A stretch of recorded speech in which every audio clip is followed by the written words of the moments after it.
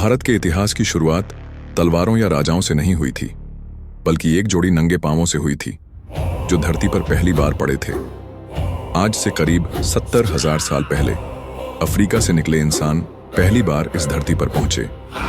इनके पास ना कोई घर था, ना कोई भाषा, बस पत्थर के औजार, आग जलाने की कोशिश और जिंदा रहने की जिद। तमिलनाडु के अत्तिरंपक्कम में मिले औजार बताते हैं कि ये लोग यहाँ बहुत पहले से रह रहे थे।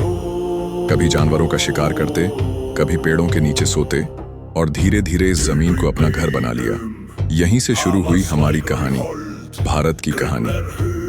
राजाओं से पहले, धर्मों से पहले, ये थे वो लोग जिन्होंने पहली बार इस मिट्टी को छुआ।